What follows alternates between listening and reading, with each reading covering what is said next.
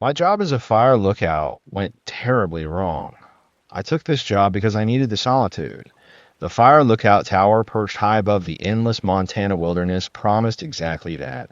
A single room cabin atop a skeletal frame of timber, swaying slightly in the wind, offering an unmatched view of the valleys below.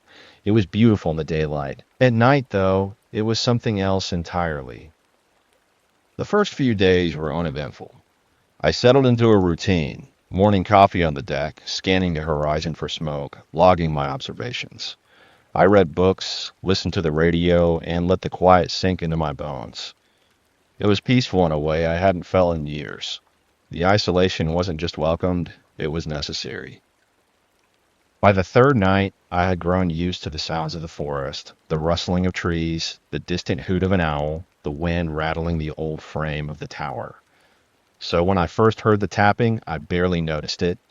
Just the wind, I told myself.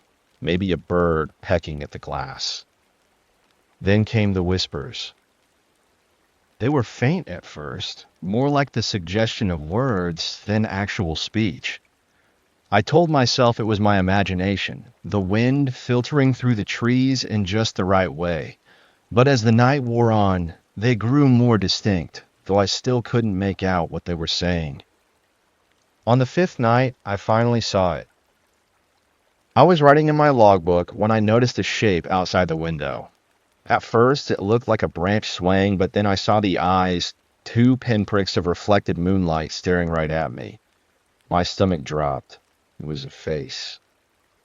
And it was upside down. I froze. The lookout tower was nearly 60 feet off the ground. There was nothing to hang from, no way for anything to be up there. But there it was, peering in at me, mouth slightly open, its breath fogging the glass. I didn't move, didn't breathe. I wanted to believe it was a trick of the light, but the thing blinked. I scrambled back, knocking over my chair. The figure lingered, head tilting in an unnatural jerky motion. Then, without a sound, it dropped out of sight. The next morning, I found footprints in the dirt below the tower. They weren't human. They weren't even animal. They were elongated, twisted, like a person had been walking on all fours, but their limbs bent the wrong way. I called it in, but what was I supposed to say? That I saw something impossible? The dispatcher humored me, told me to log it, and suggested I might be tired. That night, I locked the door. I kept the lantern burning even though it made shadows dance in the corners. Hours passed, and nothing happened. Just the wind, the creak of the old wood, my own heartbeat in my ears. I almost convinced myself I had imagined the whole thing. Then, just past midnight, the whispers started again. Closer this time. I clenched my teeth, refusing to acknowledge them. But then came the tapping. Not on the window this time. On the trapdoor beneath my feet. The only way up the tower was the staircase. The trapdoor was the last barrier between me and whatever was outside. The tapping turned to scratching. A slow, deliberate scraping of nails against wood. Then the voice came. Not a whisper anymore. A ragged, breathy mimicry of my own voice. Let me in. I squeezed my eyes shut, pressing my back against the far wall. The scratching stopped. Silence pressed against me like a physical weight. Then, a single soft tap against the window behind me. I didn't turn around. I don't know how long I stood there, frozen. When I finally did turn, morning light was creeping over the horizon. The window was empty. The forest was still. But I wasn't alone, because outside on the ground far below, I saw them. Dozens of figures standing among the trees, staring up at me. And every single one of them was upside down. Then they moved.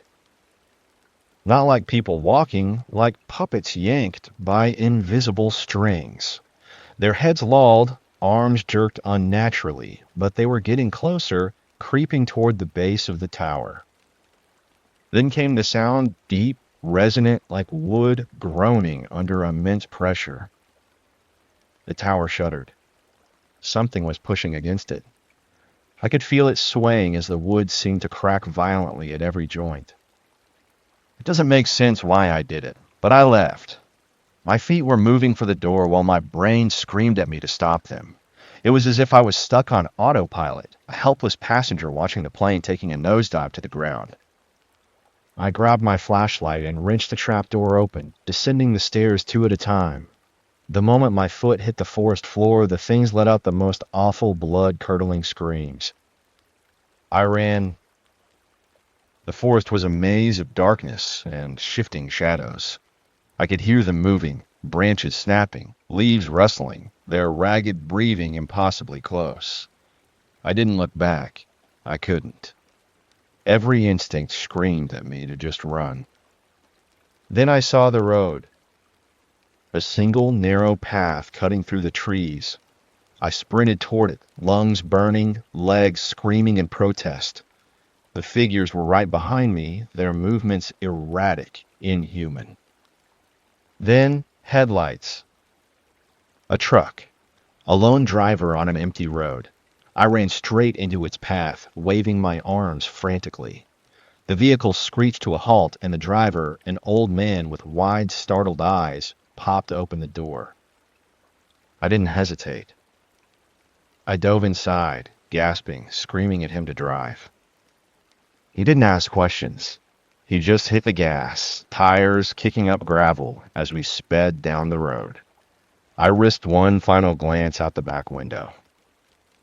The figures had stopped at the edge of the road, standing motionless, watching us go. I made it home. I locked my doors. I haven't gone back to the forest. It's been weeks. But I know it isn't over. Because as I sit here typing this at home, I hear a soft, familiar tap on the window behind me.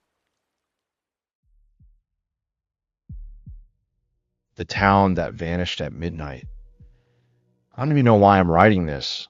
Maybe I just need someone to believe me. Maybe I need to get it out of my head before it eats me alive. There's a town that shouldn't exist. It's not on any map, no records, nothing, just a name whispered between truckers and late-night travelers. Black Hollow. No one plans to go there. It just shows up. If you're ever driving down Route 29 past midnight, you might see a road that wasn't there before. A cracked asphalt path winding into the fog with an old wooden sign barely holding on. The letters are faded, peeling. But if you look close enough, you'll see it. Welcome to Black Hollow. I made the mistake of taking that road. I was driving through the back roads running low on gas, GPS acting up. It was one of those nights where the world feels empty, where you go too long without seeing another pair of headlights and it starts messing with your head. Then I saw it. The turnoff. A gas station's neon glow, barely visible through the fog. I figured, why not? Fill up the tank, grab a coffee, keep moving. But as soon as I turned onto that road, something fell off. The air got thick, like it was pressing down on me. The fog swallowed my car whole, my headlights barely cutting through. My radio crackled, then died. Then my phone screen glitched out. That should have been my first warning. The town looked frozen in time. Rows of old houses, a diner, a gas station. But no streetlights, no sound, just stillness. Yet the gas station lights were on. I pulled in, relieved, but the place was empty.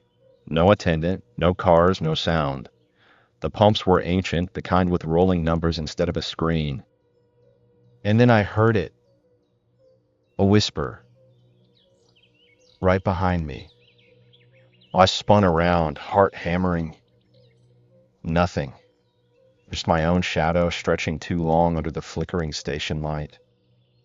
I hurried inside. The bell above the door jingled, but the store was empty. Shelves were stocked, but covered in dust. It was like everything had been waiting for someone to show up. And then I saw the newspaper on the counter.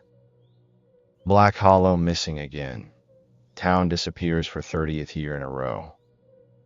The date? Exactly 1 year ago. My stomach dropped. I turned to run, and that's when I saw them. Figures standing outside, watching me. Their faces weren't right, blurry, like looking at a reflection in broken glass. My pulse pounded in my ears. The store lights flickered, and for a split second I saw their faces clearly. They weren't strangers. They were people I'd seen before. On missing posters, on the news. Faces of people who had vanished. And then the lights went out. I don't remember running to my car, but I must have. My tires screeched as I tore down that road, the town stretching on like it didn't want to let me go. The fog thickened, twisting like it was alive. And then I saw the sign again, but this time the words had changed. Welcome to Black Hollow. You can check in, but you can't check out. Then blackness. I woke up on the side of Route 29. My car was parked neatly on the shoulder, gas tank full. My phone worked again. The time on the dash? 12:30 a.m. Like nothing had happened. But when I got home, I checked the missing persons reports. And there, in the latest update, my face. It had only been a few hours since I left that town, but the report said I had been missing for a year. I don't know how much time I lost in that place, but I know one thing for sure. Black Hollow is real, and it's still out there waiting. I should have never turned down that road. So if you're ever driving on Route 29 past midnight, keep going. Because if you see the turnoff, it means Black Hollow has already chosen you.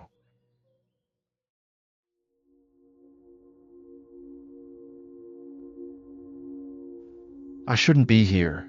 I shouldn't be posting this. But someone else has to know. Someone needs to find what I found before they silence me.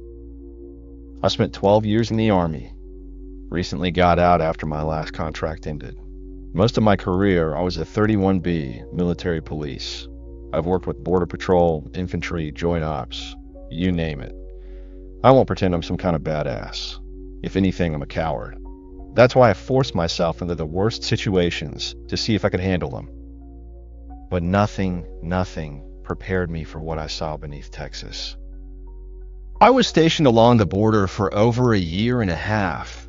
Officially, I was there for security, but it didn't take long to realize there was more to it. The tunnels, dozens of them, sealed off with thick metal doors, some welded shut, others guarded 24/7. Anytime I asked, I got the same answer. None of your business.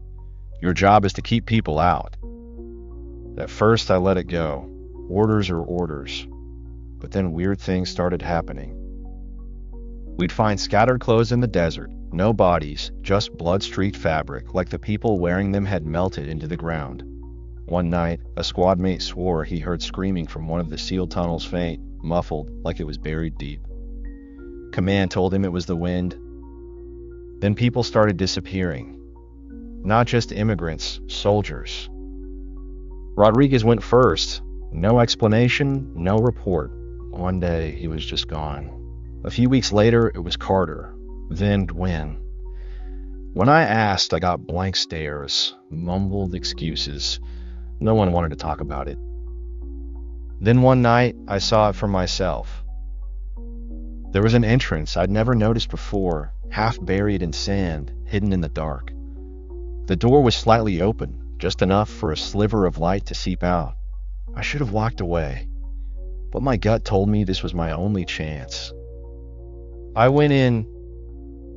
The tunnel spiraled downward for miles. The deeper I went, the warmer it got. The walls weren't like normal tunnels. There was no rock, no dirt. Just something smooth, damp, organic. The air was thick with a sickly sweet stench like decayed fruit left to liquefy in the heat. Then I reached the lab. Tables covered in medical instruments, computers running incomprehensible data streams. Tubes of thick, dark fluid pulsing rhythmically, like veins stretched across the ceiling. And then, at the center of it all, the skin. It stretched across the tunnel walls like an infected wound made of human leather, wrinkled and slick, but somehow dry, like something between beef jerky and bloated, waterlogged flesh. The worst part was the texture. It was pockmarked with countless circular holes like a lotus pod, each cavity wet and twitching, pulsing as if it were breathing.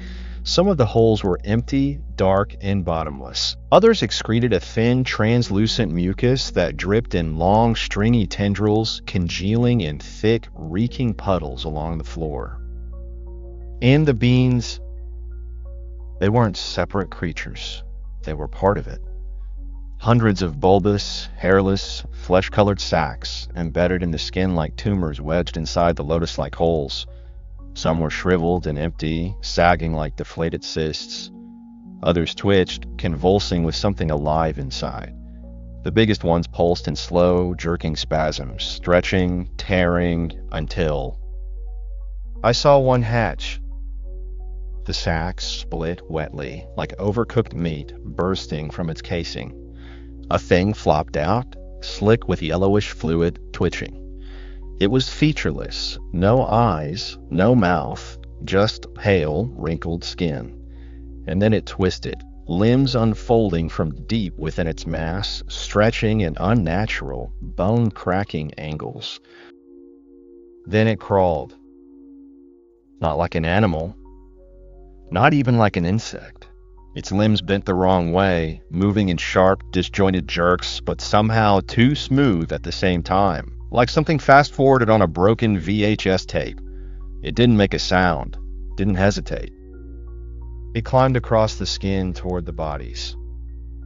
And God help me, the lotus-like holes opened wider, stretching like hungry mouths, pulling the creature back inside.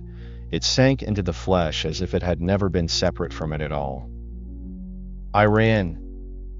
I don't remember getting out, just the feeling of something watching me. The walls seemed to close in, the air thickening, pressing against my skin. The moment I breached the surface, the door was closed, sealed, like it had never been open. I tried to report it. No one would listen. My CO laughed, said I was stressed, told me to take a break. That's when I knew I wasn't supposed to see it. I left the army a month later. Since then, I've been looking for answers. But the more I dig, the more people disappear. If you're reading this, I need you to understand. This is real. It's happening. And they're still feeding it.